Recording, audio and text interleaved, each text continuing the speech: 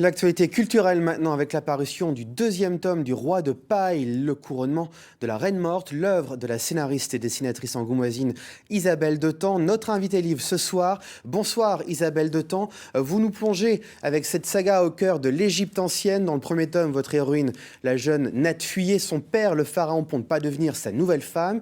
Dans ce deuxième tome, elle a été vendue au roi de Babylone. Quel destin avez-vous voulu raconter à travers l'épopée de cette jeune femme ? Bonsoir déjà. J'avais très envie de raconter un destin de femme dans l'Antiquité. Alors l'Antiquité parce que j'adore ça. L'Égypte antique parce que la place des femmes y est quand même assez confortable. Et je voulais confronter ça avec une autre civilisation qui est la civilisation babylonienne où là par contre les femmes ont quelques soucis à se faire. Alors elle va se battre pour sa liberté, cette jeune femme, celle des femmes en général également, mais aussi celle de son frère, et elle va choisir son destin. Vous en faites donc une héroïne féministe, une histoire aux échos très contemporains. Alors pourquoi justement la situer dans cette période antique ? Pour moi, c'était une façon de faire rêver les gens. C'est-à-dire que j'ai certes des envies de revendications féministes, etc.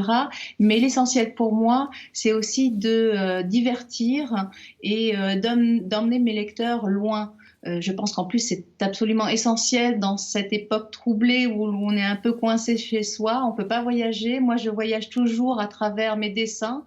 Et c'était une façon pour moi d'amener le lecteur à considérer des problématiques modernes, mais tout en s'amusant, tout en voyageant en fait.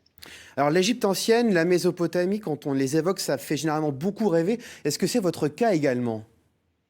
Ah oui, oui, oui. Je suis déjà allée 3 fois en Égypte. J'aimerais bien y retourner à l'occasion de l'inauguration du nouveau musée qu'ils nous promettent depuis un certain temps.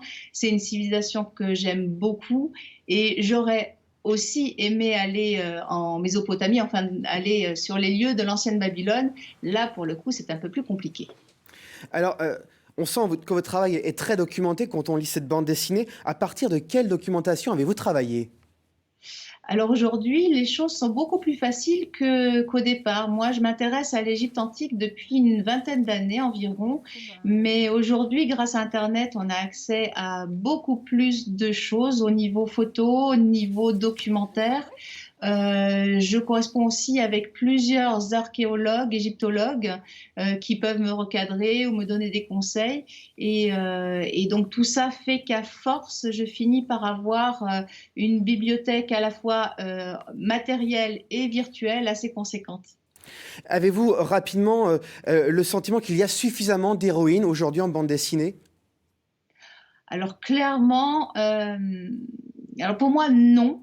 C'est-à-dire qu'il ne faut pas non plus confondre tout et n'importe quoi. C'est-à-dire qu'il y a des héroïnes en bande dessinée, il y en a toujours eu, et des femmes magnifiques. Hein. Déjà, même autrefois, Laureline, par exemple, est une héroïne qui a marqué. Bourgeon aussi a centré son œuvre sur des héroïnes intéressantes et très importantes, très puissantes. Maintenant, c'est vrai que moi, en tant que fille, lorsque j'ai commencé à lire de la bande dessinée, je ne me suis pas retrouvée dans beaucoup d'héroïnes, on va dire.